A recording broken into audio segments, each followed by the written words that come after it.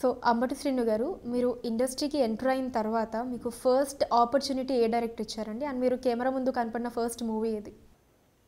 First movie అయితే నాకు offer అయితే వచ్చింది అన్నపూర్ణ స్టూడియో అండి. సత్యం సత్యం ఫస్ట్ మూవీ అంటే ఆఫర్ అయితే ఫస్ట్ వచ్చింది నాకు సత్యం మూవీలో వచ్చింది. కానీ కెమెరా ముందు ఫేస్ అయింది మాత్రం నేను రాంబాబు గడి పెళ్ళమని ఒక సినిమా అల్లరి నరేష్ గారిది అండి. ఆ సినిమాలో ఫస్ట్ కెమెరా ముందు ఫేస్ అయ్యాను. అల్లరి నరేష్ గారితో ధర్మం సుబ్రహ్మణ్య గారు కాంబినేషన్ అన్నమాట అది. దాని తర్వాత షూటింగ్ మాత్రం దాని తర్వాత షూట్ ఈ సత్యం చేశాను. ఫస్ట్ నాకు ఆఫర్ అంటే ఫస్ట్ నేను హ్యాపీ ఫీల్ అయ్యి నాకు ఆఫర్ ఇచ్చింది సూర్యకిరణ్ గారు. సత్యం మూవీ సూర్యకిరణ్ గారు అన్నమాట.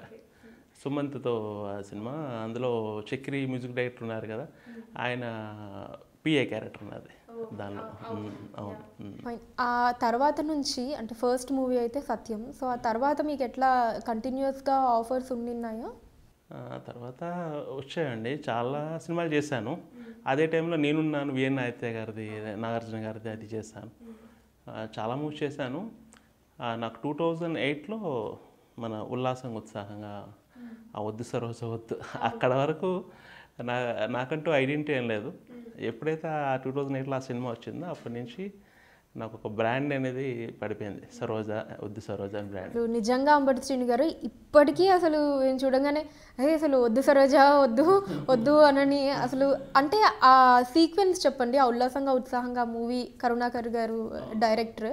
సో ఆ సీక్వెన్స్ చేస్తున్నప్పుడు మీ ఎక్స్పీరియన్స్, షూట్ ఎక్స్పీరియన్స్ ఎలా ఉండింది? దానికి ముందు నేను హ్యాపీ అయిన ఒక మూవీ అయిందండి కరుణాకర్ గారిది. అందులో ట్రైన్లో ఒక కామెడీ సీన్ ఉంటుంది, అంటే స్టార్టింగ్ సీను. హీరో వచ్చి దాని సీట్ కోసం ఎత్తుకుంటుంటాడు. నేను వెళ్ళి ఒక సీట్లో కూర్చొని ఉంటాను. ఎంఎస్ గారు వస్తారు, అందులో టీటీ ఎంఎస్ గారు. నా సీట్ ఇచ్చి ఆయనకి ఇచ్చేస్తారు. సార్ నా సీట్ వేస్తారంటే నీ సీట్ నీ బ్యాక్ సైడ్ చూసుకుంటారు. ఆ సీన్ అప్పుడు చేసాం. ఆ చేసిన తర్వాత కరుణాకర్ గారు నెక్స్ట్ మూవీలో ఏదైనా ఇస్తానులే అని చెప్పి అన్నారు. సరే సార్ అనుకున్నాను. తర్వాత అన్ఎక్స్పెక్టెడ్గా పిలిచారు, వెళ్ళాను చేశాను. ఆ చేసినప్పుడు కూడా కరుణాకర్ గారు బాగా ఫ్రీడమ్ ఇస్తారు.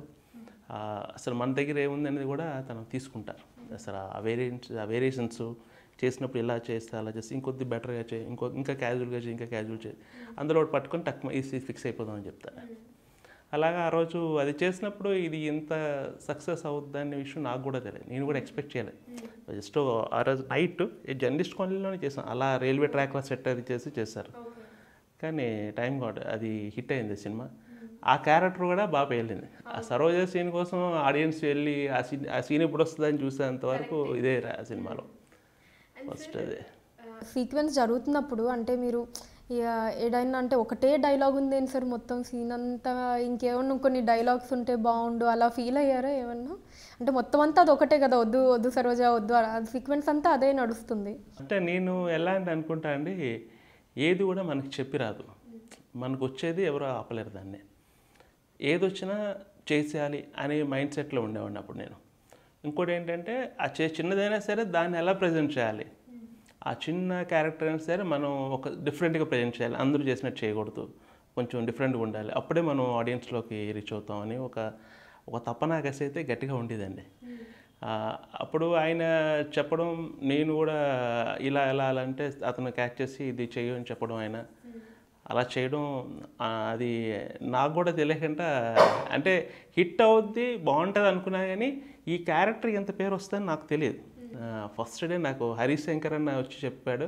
అప్పుడు ఆ రోజు నేను షూటింగ్ కోసం, నేనింతే షూటింగ్ అవుతుంది ఇక్కడ శారది స్టూడియోలో, పూరి సార్ని కలుద్దామని వెళ్ళాను ఆ షూటింగ్. అప్పుడు హరీష్ అని మార్నింగ్ షో సత్యం థియేటర్ చూసి వచ్చి ఫస్ట్ చెప్పాడు, అంబటి నీకు ఈ సినిమా నుంచి ఒక ఇది ఉంటుంది చూసుకో అని అన్నారు అంతే. నేను కూడా ఫస్ట్ డే కూడా నేను ఆ సినిమాకి వెళ్ళా. తర్వాత సెకండ్ డే వెళ్ళి చూస్తే థియేటర్లో రెస్పాన్స్ చూసి అప్పుడు అనుకున్నా, ఓకే అన్ఎక్స్పెక్టెడ్గా కరుణాకర్ గారు నాకు ఒక పెద్ద నా లైఫ్ లాంగ్ ఉంచుకునే గిఫ్ట్ నాకు ఇచ్చారు అని అనుకున్నా. ఇప్పటికీ అంటే మిమ్మల్ని ఐడెంటిఫై చేయాలని నోటిఫై చేయడానికి వద్దు సరోజ వద్దు అన్నది యూజ్ చేస్తారు కదా చాలామంది. యా.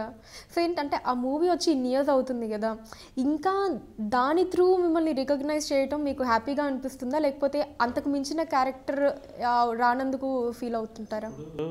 మన ఇంట్లో మనకు పేరు పెడతారండి, మనం ఎంత స్థాయికి వెళ్ళినా సరే ఆ పేరు మాత్రం మనకు అలా ఉంటూనే ఉంటుంది. ఇప్పుడు ఇండస్ట్రీకి వచ్చిన తర్వాత నాకంటూ ఒక సక్సెస్ఫుల్ నేమ్ వద్దు సరోజ. అది నేను ఎంత దూరం వెళ్ళినా సరే ఆ వద్దు సరోజ అని అంటారు తప్పించి వేరేది రాదు. ఇండస్ట్రీ నాకు ఇచ్చిన పేరు వద్దు సరోజ. ఆ సరోజ ఎన్ని క్యారెక్టర్లు చేసినా సరే, సపోజ్ దిల్ రాజు గారు చూడండి, ఆయన ఎన్ని సినిమా చేసిన దిల్ రాజు అంటే ఒక్కొక్కరు ఒక్కొక్క ఇది సత్యరాజేశ్వర అంటారు. అలా నాకు ఇది వద్దు సరోజ ఫిక్స్ అయిపోయింది. సార్ దాని తర్వాత మీకు వచ్చిన అప్లాజెస్ కావచ్చు అండ్ అంటే మీకు వచ్చిన రిసీవింగ్ ఎలా, నేను ఒక ఇంటర్వ్యూలో కూడా చూసాను, మహేష్ బాబు గారి అబ్బాయి కూడా ఈ డైలాగ్ చెప్తూ ఉన్నారంట. కాలేజ్ షూటింగ్ టైంలో. అవునండి, అప్పుడు జరిగింది. అంటే అంత బాగా వెళ్ళిపోయింది అప్పట్లో అది. తర్వాత చాలా సినిమాలు వచ్చాయి, మంచి పబ్లిక్లో కూడా బాగా వెళ్ళిన సినిమాలు వచ్చాయి. ఏదేమి వచ్చినా సరే, ఎంత వెళ్ళినా సరే ఆ సరోజే కదా, సరోజే అని అంటారు తప్పించి నా పేరు ఇప్పుడు ముందు సరోజ, వద్దు సరోజ ఎక్కువ పిలుస్తారు, అంబటి శ్రీనివాస్ తక్కువ. మన ఇండస్ట్రీ వాళ్ళంతా అంబటి బయటకి వెళ్తే సరోజ అని పిలుస్తారు. ఒకసారి ఒక్క 2 లైన్లు ఒకసారి నాకు ఇప్పుడు వినాలని ఉంది సార్, మీకు ఆ డైలాగ్ ఒక్కసారి, వద్దు సరోజ ఒకసారి మీరు చెప్తే. సరోజ వద్దమ్మా, వద్దని చెప్పానా, వద్దు. Super sir, super, thank you so much.